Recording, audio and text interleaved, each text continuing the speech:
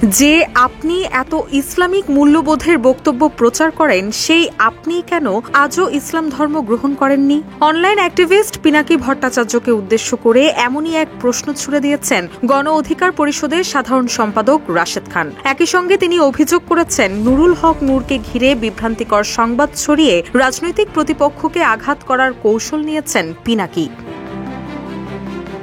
২১ August রাতে নিজের Facebook আইডিতে দেওয়া এক পোস্টে রাশেদ খান লিখেন, এদেশের মানুষকে সহজে ধর্মের বয়ান শুনিয়ে বিভ্রান্ত করা যায়, আর সেই পথের একজন সফল ব্যক্তি আপনি।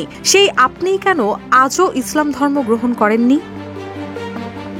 পোস্টে নূরের প্রসঙ্গ টেনে রাশেদ খান আরও লিখেন, প্রিয় পিনাকি দাদা, গণমাধ্যমে বিভ্রান্তিকর হেডলাইন ব্যবহার করে নুরুল হক নূরের সাম্প্রতিক বক্তব্য বিকৃতভাবে উপস্থাপন করা হচ্ছে, আর সেই সংবাদ প্রচার করেছেন আপনিও। অথচ পুরো বক্তব্যে নূর আওয়ামী লীগের বিরুদ্ধেই মত দিয়েছেন, কিন্তু আপনি নূরকে ঘায়েল করার জন্য এমন দুটি গণমাধ্যমের সংবাদ প্রচার করেছেন যাদের বিরুদ্ধে আপনি সবসময় সোচ্চার থাকেন।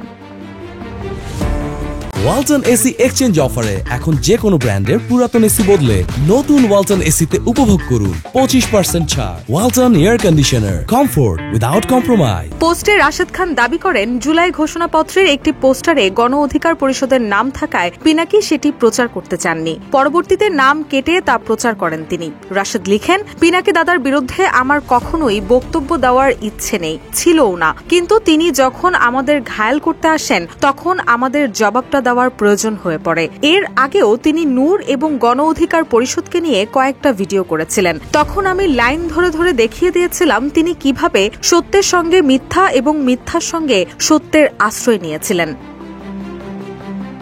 পোস্টে পিনাকির উদ্দেশ্যে রাশেদ খান আরও লিখেন, আপনি বিদেশ থেকে লড়াই করেছেন, গণ অভ্যুত্থানের পরেও দেশে আসেননি, ভবিষ্যতেও আসবেন কিনা জানি না, তবে শুধু এতটুকু অনুরোধ করব, রাজপথে যারা রক্ত বিসর্জন দিয়ে নেতা হয়েছে তাদের ক্যারিয়ার ধ্বংস করতে একের পর এক ভিডিও বানিয়েন না। আপনি ভারত বিরোধিতা করেও ভারতে নিরাপদ আশ্রয় পেয়েছেন ঠিকই, অথচ আমাদের মতো কর্মীরা কখনো ভারতে ঢুকতে পারবো না। যে আপনি ভারত বিরোধিতা করেও ভারতে নিরাপদ আশ্রয় পান, সেই আপনাকে নিয়ে কিন্তু বহু রহস্য থেকেই যায়। রুশা সুর, নিউজ ডেস্ক, ইত্তেফাক।